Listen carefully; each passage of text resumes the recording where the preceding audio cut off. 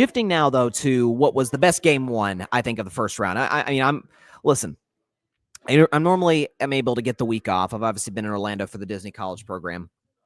Normally get the weekends off. I like to go to the parks.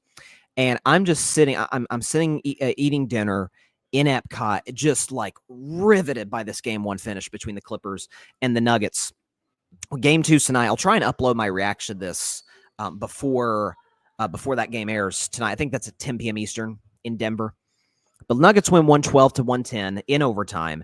And it was so funny. The finish of this game was just wild, hilarious, wild, whatever you want to describe it as. So you're talking about in the final minutes, okay, the Nuggets got a 1-point lead. Sorry, Clippers have a 1-point lead. Yeah, Clippers have a 1-point lead. And Russell Westbrook, of all people, with 20-odd seconds left, hits the go-ahead three to put the Nuggets up one. I know people are like, oh, Russell's shooting better from three this year. That's still not a theme of Russell Westbrook's career. Is not just big shots, but again, part of the reason Russell is shooting slightly better from three this year than he has the past is because the volume isn't quite what it used to be when he was in Oklahoma City.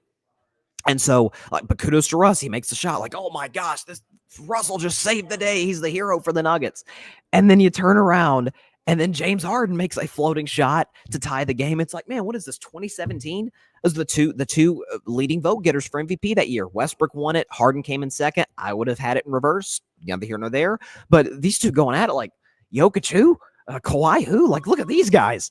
And then Nuggets have the last possession, opportunity to win it. Russell's got the ball in his hands. And again, it kind of gets jumbled. I think the Nuggets took a little too long to develop their last play, but Russell's got the ball right wing. He's getting trapped, and Jokic is open. And we know Jokic can knock down the threes. I think he's a 40% shooter from out there. Get the ball to Jokic. Get the ball, the best player in the world, and he's unable to do that. And the Nuggets don't even get a shot off. We go to overtime, which goes back and forth as this game did in the fourth quarter. Clippers had control throughout most of this game, and then Denver kind of rallied in the fourth at home. But you're in a spot now. Make sure I get this right. Yeah. So James Harden hits a three. Clippers are down 4. Harden hits a three with about 27 seconds left to make it a 1-point game. And then on the other end, keep in mind, he hits with 27 seconds left, 24-second shot clock. Denver can run this down not as far as they want, but the Clippers do not have to foul on this spot. Like, Denver can get a good look, but they need to run the clock down a bit. And middle of the shot clock, classic Westbrook playing 1,000 miles an hour with seemingly no knowledge of game or time, does exactly what he did, not in transition, but similar to what he did in that T-Wolves game a couple weeks ago that I think kind of helped get Michael Malone get fired. Drives to the rim, lays it up, and it's like, what are you doing, dude? And then, but you're able to get some free throws late by Aaron Gordon, who hits both. And then James Harden, Russell Westbrook ends up saving the day for good at the end by knocking the ball off of James Harden. So something that, and I talked about coming into this series, that if Jokic were a very good, even all-star level center, I might pick the Clippers in 5 games. It's because Jokic is so much better than everybody in the series, and I think clearly the best player in the world right now, that I do give Denver a shot. And you respect playoff Jamal Murray and Aaron Gordon and MPJ, who have been there in the playoffs, who won a championship 2 years ago. You respect championship pedigree. The thing that concerns, because I think the Clippers top to bottom clearly have the better roster, clearly have the better coach. Adelman, God bless him. I think he may have a bright future, but you're not taking him over Ty Lue, who's one of the worst, at worst, the second best coach in the league. What concerns me, though, a little bit about this series, I think the Clippers are going to have to win the bulk of these games should they come out on top by about 8 to 13 points or so. Because if these are tight, if it's a 5-point game with 2 minutes left, one way or the other, are there many duos you trust more than Nikola Jokic and Jamal Murray and their darn near unstoppable 2-man game at the end of the game? Do you trust that more than, or do you trust that less than Kawhi, who has been a great clutch player over the course of his playoff career? But Kawhi struggled late in the clutch. I was kind of shocked. Kawhi, who's not only stoic, but I talked about this on Friday, is one of the strongest, pound for pound, one of the strongest players in basketball. And the physicality seemed to really kind of bother him. Listen, this was his first playoff game this is his first playoff series fully healthy in since like 2021. And so maybe it's an adjustment for him. I don't know. But that's going to be a problem. I think Kawhi is going to adjust. He's a great player. They do that.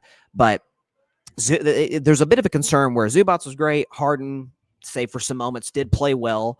Playoff Harden's going to show up eventually, so there's that concern. Kawhi always balls out in the playoffs. Yeah, I think he had about 21, 22 points. So you have that component onto it, but it's the late game situations where, okay, if we get, it's kind of like what I talked about with the Warriors and Rockets series, where it's different because the Warriors are clearly better than Houston. But if the defense cancels each other out in the series, Golden State absolutely wins because Steph or Jimmy close at the end.